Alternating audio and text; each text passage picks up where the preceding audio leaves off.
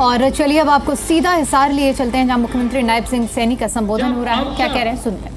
संसाधन और जोखिम उठाने की हिम्मत और नवाचार के पंख मिलते हैं तो वह एक सफल उद्यम में बदल जाता है। हम देखते हैं, हमें मालूम भी नहीं पड़ता कि जब हम शुरुआत करते हैं, हमारे यहाँ स्टार्टअप्स भी काफी 100 के करीब में आए हैं। अगर आप उनकी गाथा सुनेंगे तो उनकी गाथा भी आप जब सुनेंगे उससे प्रेरणा मिलती है किस तरीके से वो अपने जीवन में आगे बढ़ते हैं और हमें उनसे कुछ सीख लेकर के आगे बढ़ना चाहिए। मैं आप सबको बताना भी चाहूंगा कि अभी हमने हरियाणा का बजट, पहला बजट हमने रखा, ये तीसरी टर्म की सरकार का, और जब हम बजट तैयार कर रहे थे तो मैंने अलग अलग जो कैटेगरीज के अंदर, अलग अलग क्षेत्र के अंदर जो लोग काम कर रहे हैं, मैंने उनसे जाकर के डायरेक्ट इंटरेक्शन किया, उनके सुझाव लिए। मैंने कहा कि आप सुझाव दीजिए कि हम बजट में क्या आपके लिए कर सकते हैं। आपके जो सुझाव होंगे हम उनको इसमें सम्मिलित करने का काम करेंगे। मैंने स्टार्टअप्स को भी बुलाया, लगभग 150 के करीब में स्टार्टअप्स आए और मैं पंचकुला में उनसे बात कर रहा था। मैं उनके एक्सपीरियंस भी शेयर कर रहा था कि आपने कैसे शुरू किया, कैसे आप आगे बढ़े। कई स्टार्टअप्स ने तो मुझे जब वहां पर बताया कि मुझे पढ़ते पढ़ते, मैं पढ़ाई भी कर रहा था, घर से भी सपोर्ट नहीं थी, मैंने जीरो बैलेंस के ऊपर अपना काम शुरू किया और जब मैं फाइनल के अंदर पहुंचा तो मेरी टर्नओवर 100 करोड़ रुपए चली गई। ये हमारे हरियाणा के स्टार्टअप हैं जिन्होंने ये मुझे बताया है।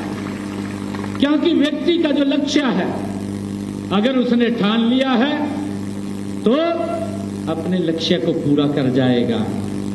मित्रों, हमने उनसे सुझाव लिए और सुझाव लेकर के हमने अपने बजट के अंदर इस बात को शामिल किया कि हमारे जो स्टार्टअप्स हैं, जो काम करना चाहते हैं, फंड्स ऑफ फंड्स 2000 करोड़ रुपए का प्रावधान हमने उनके सुझाव के ऊपर इस बजट के अंदर हमने शामिल किया है, ताकि हमारे नए स्टार्टअप इसमें आगे आए और वो भी विकास की नए पंख लगा करके ऊंचाइयों को छुएं।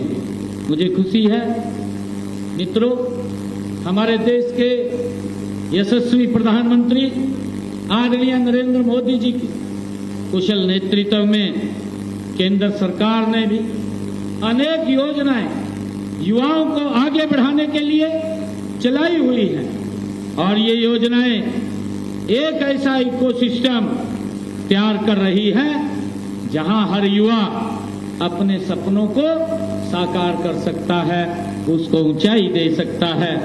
और जिसका मैंने जिक्र किया है कि स्टार्टअप योजना ने भारत के युवाओं को नवाचार और उद्यमिता की एक नई लहर ये पैदा की है।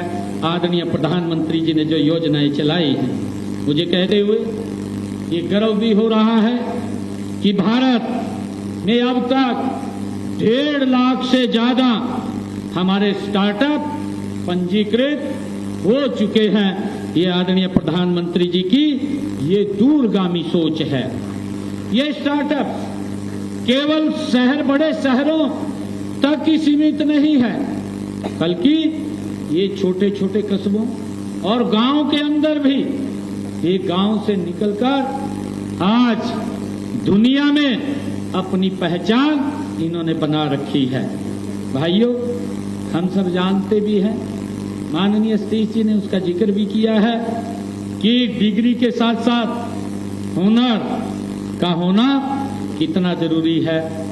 ये इस दिशा में देश के यशस्वी प्रधानमंत्री जी ने प्रधानमंत्री कौशल विकास योजना, जो महत्वाकांक्षी योजना है, इसने अब तक 1.5 करोड़ से अधिक युवाओं को आधुनिक उद्योगों की मांग के अनुरूप रोजगार और उन्मुख प्रशिक्षण प्रदान करने का काम ये किया है, जिससे वे आत्मनिर्भर बन सके, जिससे वो अपने पैरों पे खड़ा हो सके और आगे बढ़ सके। मित्रों, मुझे ये भी खुशी है कि कई युवाओं के पास शानदार आइडियाज होते हैं और लेकिन धन के अभाव के कारण उनका सपना वो पूरा नहीं हो पाता है। आदरणीय प्रधानमंत्री जी ने उनके सपने को पंख लगाने के लिए मुद्रा बैंक योजना, उसका शुभारंभ किया है, ताकि हमारा युवा बिना गारंटी के इस योजना के साथ जुड़ करके उसको 10 लाख रुपए तक का ऋण बैंक उपलब्ध कराता है, ताकि वो अपने छोटे कार्य को शुरू कर सके और उद्यमियों को अपने व्यवसाय जब शुरू करते हैं करने में उनको बड़ी मदद इसके माध्यम से मिलती है। साथियों, मुझे ये भी खुशी है कि नवाचार की नींव बचपन में ही रखी जानी आवश्यक है। जब हम देखते हैं कि जब हम शुरू से उसको स्टार्ट करते हैं, कई प्रकार की कठिनाइयां भी हमारे सामने आती हैं।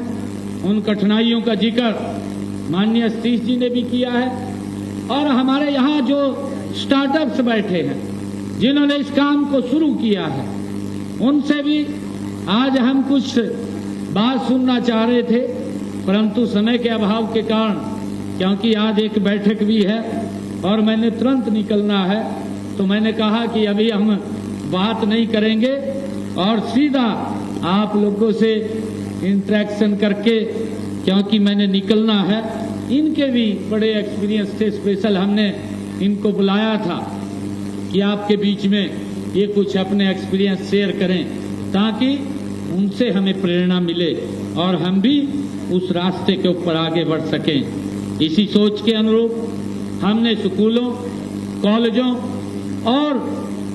कॉलेजों में जो अटल इनोवेशन मिशन के तहत हमने अटल टिंकरिंग लैब की स्थापना भी हमने की है, ताकि हमारे बच्चों को जो रटने की प्रवृत्ति है से निकालकर उनको सिखाने की और हम ले जा सकें, ताकि उसका एक्सपीरियंस उनको मिले और वो उसमें आगे बढ़ सके।